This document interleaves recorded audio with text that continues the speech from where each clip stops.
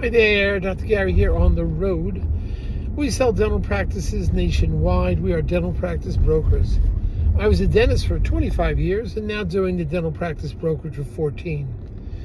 Today's topic is, how does the seller of a dental office know who the best buyer is? We'll get into that.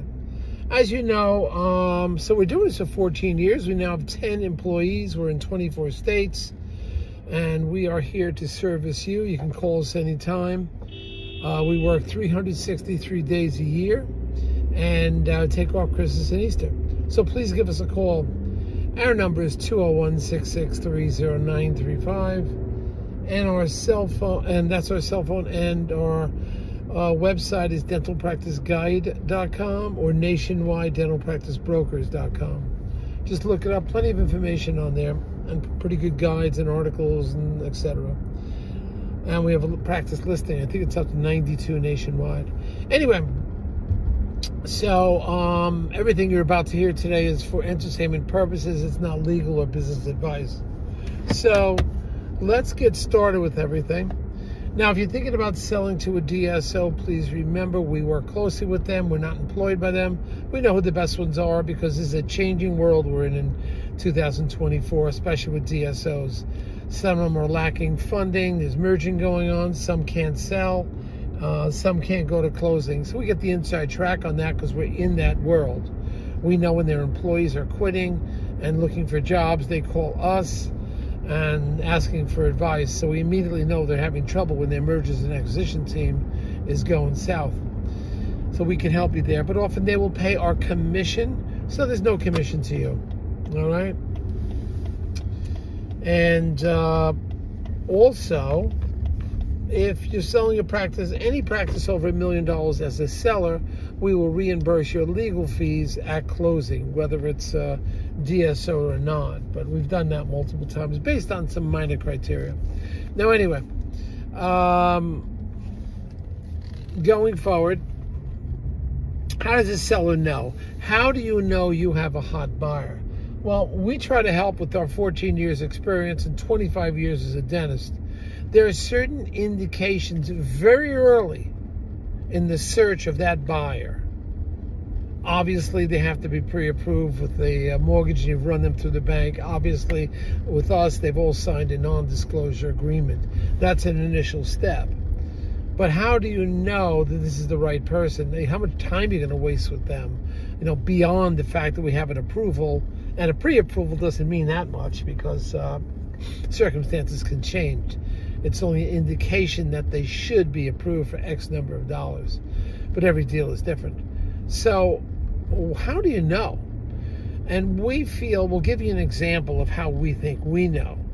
It's a few simple words. Did that buyer hit the ground running? Did they hit it running? Which means they're organized, they're on top of their game, they're motivated, they're returning phone calls. And I'll give you an example of one. Just this past weekend, we did our email blast. We have about 1,880, I think it is, people we know that have signed their non-disclosure, got pre-approved from the bank. We've worked with them for the last 14 years or less, and we know who they are. So they're pretty solid buyers. Now, so we just did our email blast. One of our buyers called, so they're kind of pre-screened already because we know who they are. We've worked with them before. So we have a comfort level. They're asking us about one of these practices, and actually there's 7 people going after this one practice. You know, practice doing over $1 million. And not DSO material. It's more for a private doctor. So the doctor calls, gets in touch. Hey, I want that practice. What can we do? Can we talk about it? I want information about it. And I knew he was pre-approved, so I sent them the financials on it, which we had a package. And they called again, got in touch, say, look, I've reviewed these financials. I want to move forward. What can we do? This is on a Thursday. I said, well, call me tomorrow anytime after, I think 11 o'clock in the morning, because they had a meeting and a lot of stuff going on. I said, call me after 11. It's 11:01 the next day.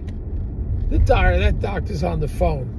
They are on the phone at 11:01. Hey, I'm here. What can we do? What can we talk? What can we do? And I went, oh, this guy's motivated. So we had a chat, and then I said, I think I'd like to introduce you to the doctor, the seller, even before we meet. Since I have your non-disclosure, I know a little bit about you. I want you to have a conversation with the seller to sort of open up so you understand what you're getting into. This is a GP practice with some level of specialty. He says, okay. But I said, first, let's get you in for the bank. Even though you've been there, let's get you to the bank for this one.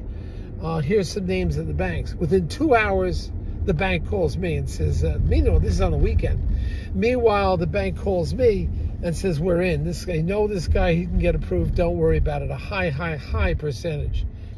Building my confidence. Now, don't forget, the buyers jumped on it right away. I said, call the bank. And within 2 hours, he was on the phone with the bank. The bank was back to me with an answer. This gal is good to go. So now my confidence is building, and he's following every single step. We talk again, I said, and we work on the weekends, as you know. I said, here's what you do. Call me, and let's chat. Let's get a game plan. Maybe I'll give you the doctor's cell phone number. The seller said it was okay. I said, and I want you to have a chat with them before we make a meeting. And now that the bank told me you're good to go, you signed in on disclosure, you called the seller, and I want you to talk to him. I called the seller, said, tell him to call me. They had a great conversation. I said, try to call the seller within an hour or two. The buyer calls within 10 minutes. The seller picked up, they started chatting, and they had a 1 hour conversation. This on a Saturday. And now the buyer is really motivated. Buyer says, great. I got some more financials. How soon can I get in there? I said, well, we'll set something up. I want you to call the seller back. Tell him you're ready to go, and you'd like to. I usually do that. Have the buyer and seller talk to each other, and set up the most convenient time for the both of them. And then we try to adjust our schedule to insert into their schedule. This buyer followed every step of the way. Everything the buyer was instructed to do, the buyer followed up with. Everything, I mean everything, from the banks to returning phone calls to calling the seller to setting up a time. That's how we know. You see the actions early on. And I haven't seen this doctor. We may have met like 2 years ago, the buyer. But I haven't seen him in a while. And sure enough, the buyer just jumped on it, got everything going. And every step of the way. So I was really happy about that. And that worked out. And that's how we knew. Because this buyer just basically stayed on their game. And you get an early indication. How does the seller know? Those are some indications right now. They simply stay on top of their game. And you see their movements. And that's what I saw. And I said, this guy is a winner. Let's move on this. And that's what we did. So we're moving on it now. And let's see what happens. All right, keep you posted. Thank you for listening. We've got a beautiful day in New Jersey. Out to take a ride in the country now. All right? Thank you so much. Hit the subscribe button. Bye now.